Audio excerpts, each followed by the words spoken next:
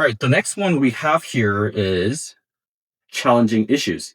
Alex, you always encourage us not to shy away from difficult problems. And these organization expects us to move toward difficult problems rather than avoid them. Could you explain why, the philosophy behind this? Yeah, thanks for that question. Because the organization's mission is at least developing and attracting high potential individuals, that involves being able to accelerate people's personal and professional development as quickly as possible. And if that's the goal and that's how we're being measured, then how do we accelerate somebody's personal and professional development as quickly as possible? It's not a question of whether their development is going to be or is going to happen, but can you accelerate that? And in order for that to happen, then one of the two things that we have to do is provide opportunities for that person to develop on.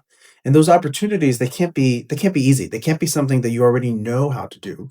By definition, they have to be something that you don't know how to do or you don't know how to do well, and it's something that you could learn.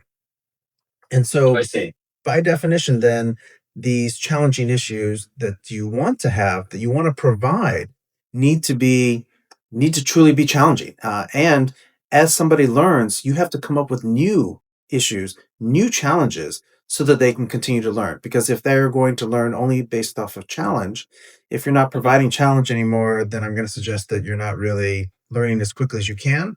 You're not accelerating your personal and professional development, and that's a problem. And so challenging issues for us is, you know, really being able to provide those learning opportunities. But on the flip side of that, challenging means that it's difficult, means it's uncomfortable, means that it's something that for most people, it's not something that they enjoy. It's not something that they want. And for our sort of situation, if you're going to be provided these sort of challenging issues time in and again, then wouldn't it be great if challenging issues was something that you actually looked forward to, something Right. uh, that you enjoyed, something that excited you, rather than something that you try to shy away from and just sort of avoid if you could. When we analysts are pushed into these kind of like urgent, critical, difficult requests, I think that's where we learn and grow the most. And I think that is why Xelay Acumen has this type of steep learning curve for everyone.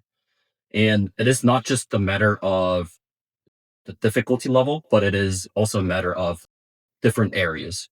You like us to push us outside of the comfort zone and make us try different types of requests and different types of projects.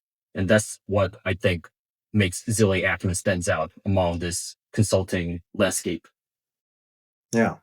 Well, and hopefully it's not just that Xelay Acumen stands out, but the individuals that come from the Mhm. organization stand out.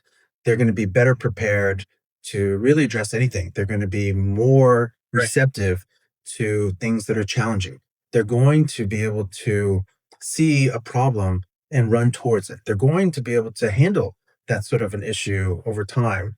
And what we find from alumni that have learned that is that they're, you know, I'll say, very successful, not just in their professional, but I'm going to suggest also in their personal lives.